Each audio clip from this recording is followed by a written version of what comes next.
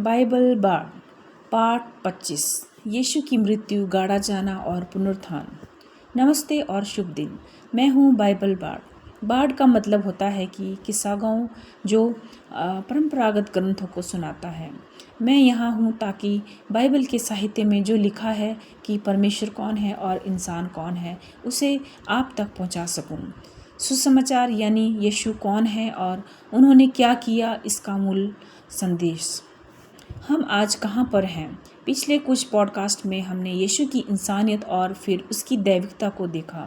अब हम बाइबल के मुख्य संदेश पर आते हैं, यानी सुसमाचार क्या है।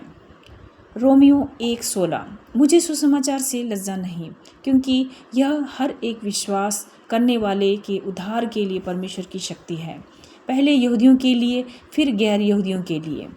पहला कुरिन्थियों 15:1-3।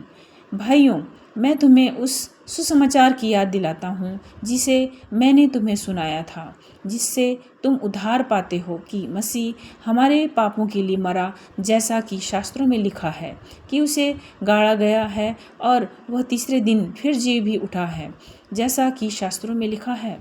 दूसरा तीमुथियुस 1:10। अब यह हमारे उद्धारकर्ता मसीह यीशु के प्रकट होने से प्रकट हुआ, जिसने मृत्यु को नष्ट कर दिया और सुसमाचार के द्वारा जीवन और अमरता को प्रकट किया। प्रेरितों के काम 1:9। जब यीशु ये बातें कह ही रहे था तो वे उसे देखते रहे और वह ऊपर उठा लिया गया और बादल ने उसे उनकी आंखों से छिपा लिया। सुसमाचार का अर्थ है अच्छी खबर। बहुत से लोग रोमी साम्राज्य के समय में सूली पर चढ़ाए गए और मारे गए, पर यीशु मसीह अकेले ऐसे हैं जो मारे गए, गाड़े गए और फिर एक नए अविनाशी शरीर में जीवित हुए और कभी फिर मृत्यु के अधीन नहीं हुए। और यही अच्छी खबर हमें भी अमर जीवन का प्रस्ताव देती है, जैसा कि ये शास्त्र स्पष्ट रूप से कहते हैं। नए नियम में एक ऐसे अधिक सुसमाचार के संदर्भ हैं। प्रेरितों के काम 2:14-36। पतरस यरूशलेम में यहूदियों से कहता है, इज़राइल के लोगों, ध्यान से सुनो, यीशु नासरी वह पुरुष था जिसे परमेश्वर ने तुम्हारे बीच चमत्कारों और चिन्हों से प्रमाणित किया। तुमने दुष्ट लोगों की मदद से उसे क्रूस पर चढ़ाकर मार डाला, पर परमेश्वर ने उसे मरे हुओं में से जिलाया। इसीलिए सारा इज़राइल जान ले कि परमेश्वर ने उसी यीशु को, जिसे तुमने क्रूस पर चढ़ाया, प्रभु और मसीह ठहराया है। यह यहूदियों के लिए दिया गया सुसमाचार है। पद 41 कहता है कि जो इस संदेश को मान गए उन्होंने बपतिस्मा लिया और उस दिन करीब 3,000 लोग विश्वास में जुड़े। यीशु में विश्वास करने वाले यहूदी समूह का हिस्सा बने। प्रकाशित वाक्य 14:6-7।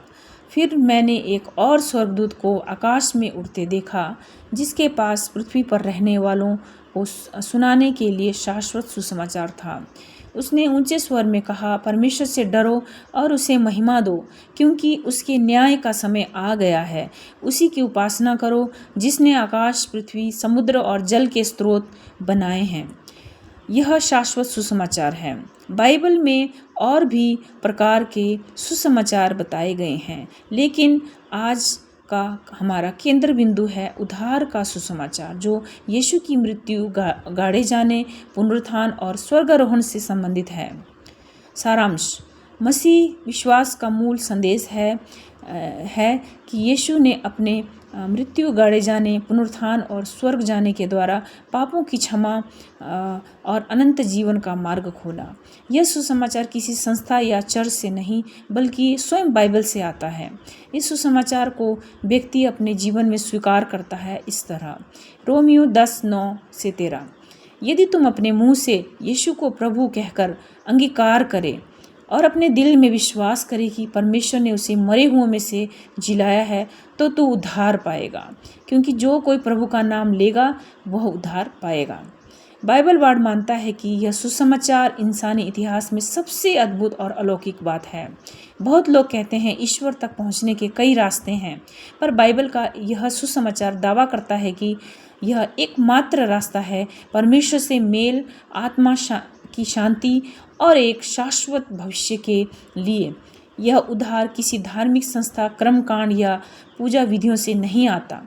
इब्रानियों 7:25 कहता है, इसीलिए मसीह उन सब का पूरी तरह उद्धार करने में समर्थ है जो उसके द्वारा परमेश्वर के पास आते हैं, क्योंकि वह हमेशा जीवित रहता है ताकि उनके लिए मध्यस्थता करे।